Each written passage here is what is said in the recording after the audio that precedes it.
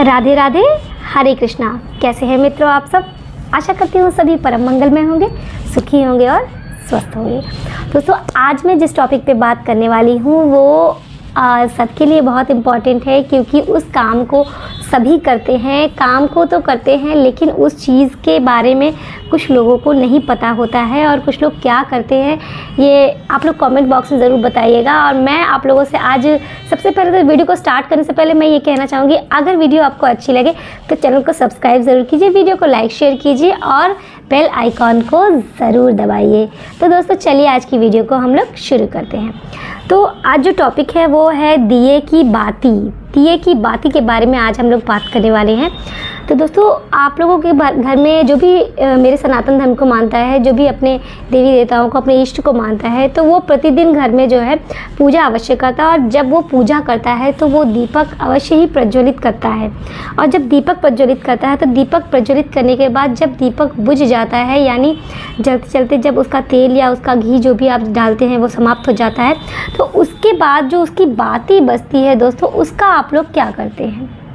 तो I think कई लोग अपना उसको अलग अलग तरह से उसको निस्तारित करते होंगे, अलग अलग तरीके से उसको वहाँ से हटाते होंगे। क्या करते हैं ये आप लोग मुझे कमेंट बॉक्स में अवश्य ही बताइए दोस्तों, कि आज मुझे ये पता चले कि मेरे जो भी सब्सक्राइबर हैं या जिन तक भी मेरी ये वीडियो जा रही है, वो लोग अपनी पूजा की जो बाती है उसका निस्तारण किस तरह से करते हैं। तो आज मैं आपको उस पर कुछ बातें बताने वाली हूँ। जो भी जैसे मैं दिए जलाती हूँ वो अपने इष्ट के सम्मुख जलाती हूँ। जैसे कुछ लोग होते हैं जो हर भगवान के घर में कई भगवान होते हैं और वो हर भगवान के सम्मुख दीपक जलाते हैं।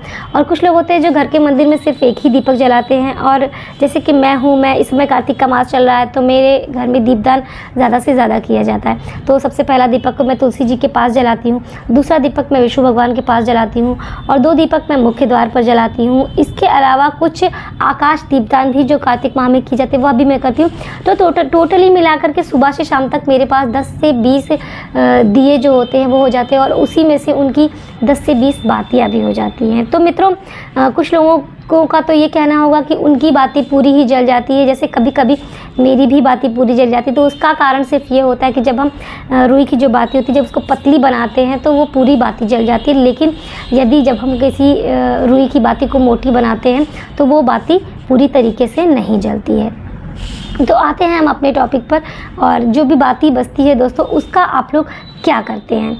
बहुत सारे लोग उसको हो सकता है नदी में प्रवाहित कर देते हो, क्योंकि मैं कल ही जा रही थी, एक ओवरब्रिज से मैं गुजरी, तो वहाँ पर मैंने देखा कि एक भाई साहब थे, उन्होंने उस कुछ पूजा का ही उनका कुछ सामान था, कुछ माला थी, कुछ चीज़ें थी ऐसे ही, उसमें वो सारी चीज़ें लेकर के उन्होंने क्या किया, उन्होंने प्रवाहित भी नहीं किया, उन्होंने ऊपर से उठाया और उसको एज इट इज़ करके उसमें नदी में ही फेंक दिया। लेकिन दोस्तों ऐसा नहीं करना चाहिए। ये जो भी बाती होती है वो हम पूजा करते हैं, भगवान को, अपने इष्ट को मनाते हैं, अपने इष्ट से प्रार्थना करते हैं, वो बाती हमारे पूजा का फल होती है। उसको इस तरीके से फेंकना मुझे उचित नहीं लगता है।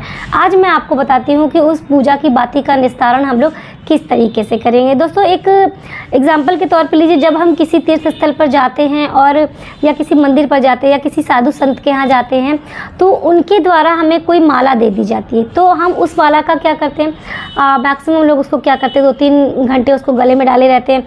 उसके बाद घर आते आते वो कुछ लोग हाथ में पहन लेते हैं, और जब घर में आते हैं तो उसको किसी दीवार पर टांग देते हैं या पीपल के पेड़ के नीचे रखाते हैं। और जब वो पूरी तरह से सूख जाती है तो उसको या तो पानी में प्रवाहित कर देते हैं या वो किसी भी पीपल के पेड़ के नीचे रखाते हैं।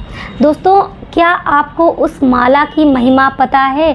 वो माला जो साधु संतों द्वारा दी गई माला, किसी भी तीर्थ स्थल से मिली हुई माला, किसी भी मंदिर से, किसी भी इष्ट देव के गले से उतरकर जो माला आपके पास आती है, वो माला आपके माथे की लकीरों को बदल सकती है, आपके हाथों की अशुभ लकीरों को सौभाग्य में बदल सकती है, आपके सौभाग्य को परम सौभाग्य में बदल सकती है। दोस्तों, खैर फिलहाल उस माला का निस्तारण मैं नेक्स्ट वीडियो में बताऊंगी। आज मैं दिए की बाती का निस्तारण बता रही हूँ। तो दोस्तों, दिए की जो बाती होती है उसको आप लोग इस तरीके से इधर उधर बिल्कुल भी प्रवाहित ना, आप लोग उस बाती को पीपल के पेड़ के नीचे बिल्कुल भी ना रखें, क्योंकि वो बाती आपकी पूजा का फल होती है। और अपने पूजा के फल को आप इस तरीके से व्यर्थ कैसे जाने दे सकते हैं दोस्तों।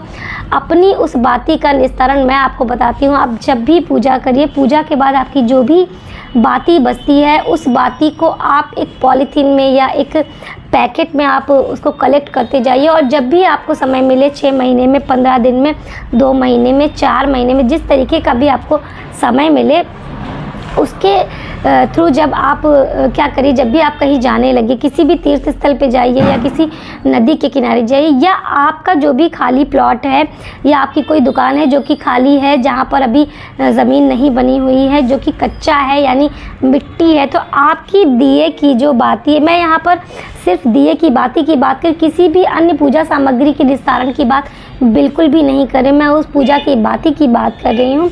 उस पूजा की बाती को जो आपने कलेक्ट किया हुआ है प्रतिदिन का, उसको आप अपनी ही ज़मीन में गड्ढा खोद करके गाड़ दीजिए, क्योंकि वो आपकी पूजा का फल है। और वो फल जब पृथ्वी तक जाता है, जब हमारी माता तक जाता है, पृथ्वी को हमारे शास्त्रों में माँ का दर्जा दिया गया, जब हमारी माँ के पास पहुँचता है तो अनंत गुना पुण्य की हमें प्राप्ति होती है। तो दोस्तों, आप जब भी आज के बाद पूजा करें, पूजा की जो बाती बचे उसका निस्तारण कभी भी वहाँ नदी में ना करें, ना ही पीपल के पेड़ के नीचे रखें, बल्कि आप उस बाती का निस्तारण किसी गड्ढे को खोदकर अपने ही प्लॉट में उस चीज़ को दबा दें। क्योंकि आपने जो भी पूजा की है, जो भी प्रार्थना की है अपने इष्ट की, वो आपके घर में ही रह जाए, घर से बाहर कहीं भी प्रवाहित ना हो, कहीं भी किसी पीपल के पेड़ के नीचे ना रहे। कई लोग ऐसे हैं जिनको ये लगता है कि उन्हें उनकी पूजा का फल नहीं मिलता। कई लोगों का भी, मैं कल ही किसी से मिली थी तो उनको ये बताना, वो ये कहना चाहते थे कि मैं बहुत परेशान हूँ, मैं इतनी ईश्वर की आराधना करता हूँ, इतनी ईश्वर की पूजा करता हूँ, लेकिन फिर भी मुझे अपनी पूजा का फल नहीं मिलता है, मैं हमेशा दुखी रहता हूँ। तो दोस्तों, उसका सिर्फ ये कारण होता है कि आपकी पूजा करने का विधान सही नहीं है। आप चीज़ों को नहीं समझ पा रहे हैं, अभी भी कई चीज़ों से आप अनभिज्ञ हैं, कुछ चीज़ें आपको नहीं पता है, जिस वजह से आपको इस तरह के दुख और इस तरीके की तकलीफ़ों का सामना करना पड़ रहा है। तो दोस्तों, आप जब भी अपनी पूजा की बाती का निस्तारण करना हो, आप इसी विधि से करें और उसके बाद आप देखें कि आपकी तकलीफ़ों में, आपकी परेशानियों में किस तरीके से बदलाव होता है और ईश्वर किस तरीके से आपका साथ देते हैं। क्योंकि आपने जो भी पूजा की है, जो भी आराधना की है, जो भी आपका फल है पूजा का, वो तो आप नदियों में प्रवाहित कर देते हैं, पीपल के पेड़ के नीचे रखाते हैं, तो आपको वो फल कैसे मिल पाएगा।